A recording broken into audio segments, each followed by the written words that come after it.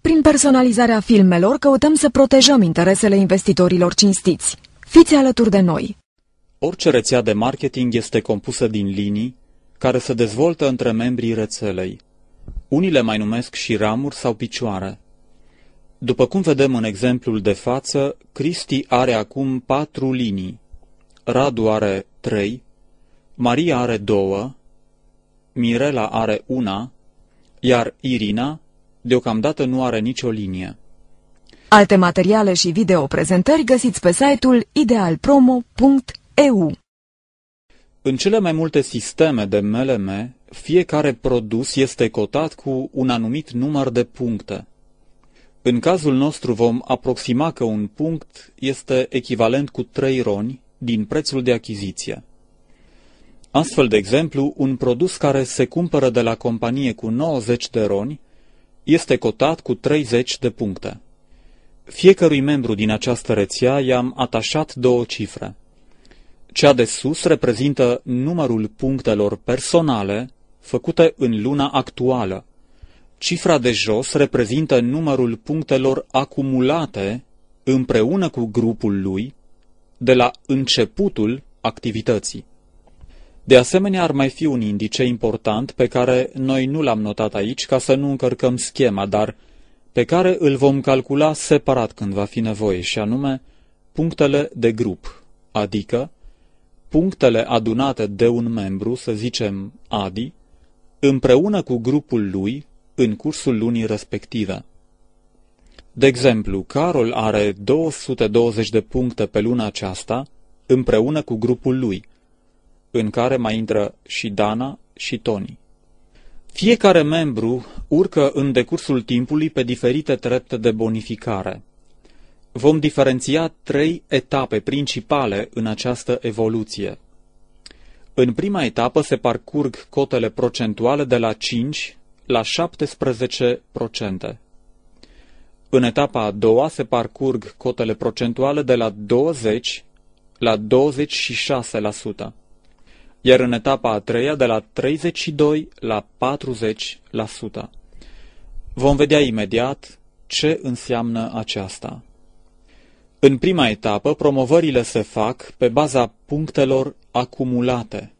Deci, odată ajuns pe o treaptă de bonificare, nu mai puteți fi retrogradat pe o treaptă inferioară. Iată și treptele de bonificare. Acest tabel conține prima categorie de bonus oferit de companie pentru prima etapă, și anume bonusul de grup. Există însă și o condiție care trebuie îndeplinită pentru activarea bonusului, și anume minim 60 de puncte personale pe lună. Dacă cineva nu face 60 de puncte personale într-o anumită lună, acest lucru nu influențează activarea bonusurilor din lunile viitoare și nici punctele acumulate în toate lunile parcurse de la înscriere. Cristi a acumulat 4920 de puncte și a ajuns la 20% bonus. În cazul lui vom calcula bonusul pentru fiecare linie în parte. Adi, de exemplu, are 2100 de puncte acumulate care îl plasează pe treapta de 17%. Cristi va primi pentru punctele generate de grupul lui Adi numai diferența de procente dintre el și Adi, adică 3%. Câte puncte a făcut grupul lui Adi în această lună? Adunând, obținem 1220 de puncte. Din acestea, Cristi va lua 3%, adică 36,60 roni. Radu a ajuns cu cele 1300 de puncte acumulate la 14%. Cristi va primi de pe linia aceasta diferența dintre cota lui și cota lui Radu, adică 20% minus 14% egal 6%, din volumul generat de linia lui Radu, care însumează 810 puncte. Deci, 6% din 810 egal 48,60 roni.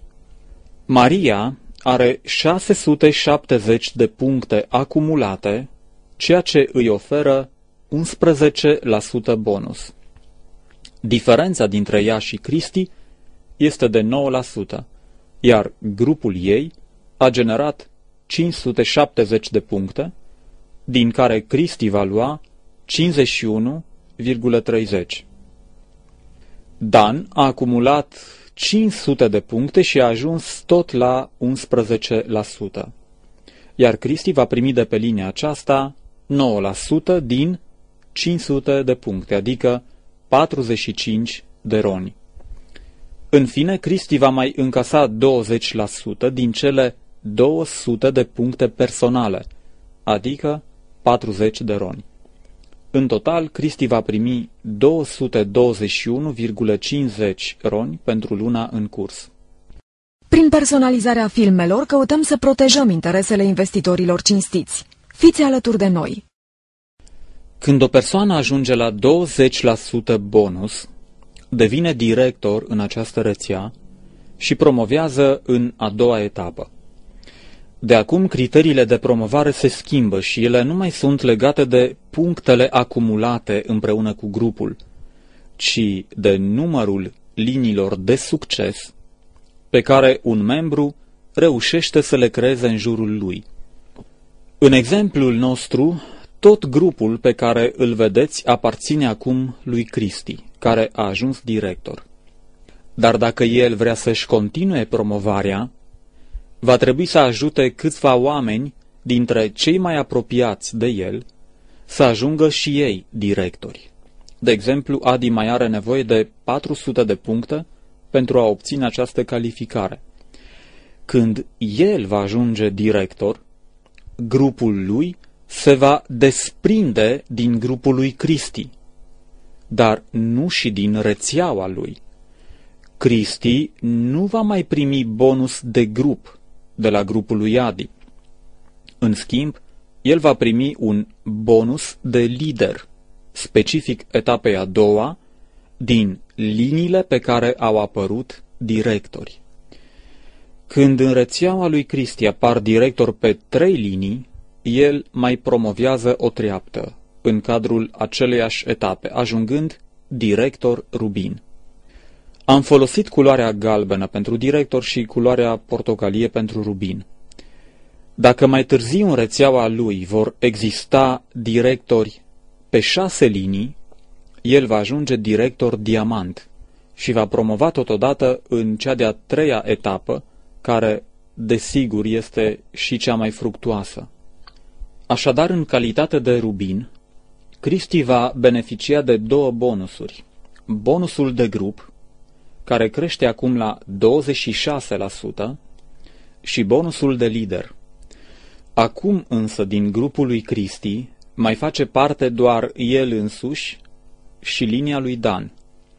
Dacă va ajunge director și Dan, atunci Cristi va rămâne singur în grupul lui, dacă nu mai înscrie pe nimeni. Pentru a înțelege calculul bonusului de lider, vom simplifica puțin lucrurile și nu vom încărca rețeaua cu alte persoane, cu toate că e de așteptat ca ea să crească odată cu trecerea timpului. O singură excepție, presupunem că Dana a înscris-o pe Crina. Mai mult, aceasta a ajuns deja la 1000 de puncte, cu o zi înainte de încheierea lunii. În ultima zi, ea mai face 1500 de puncte, ajungând director.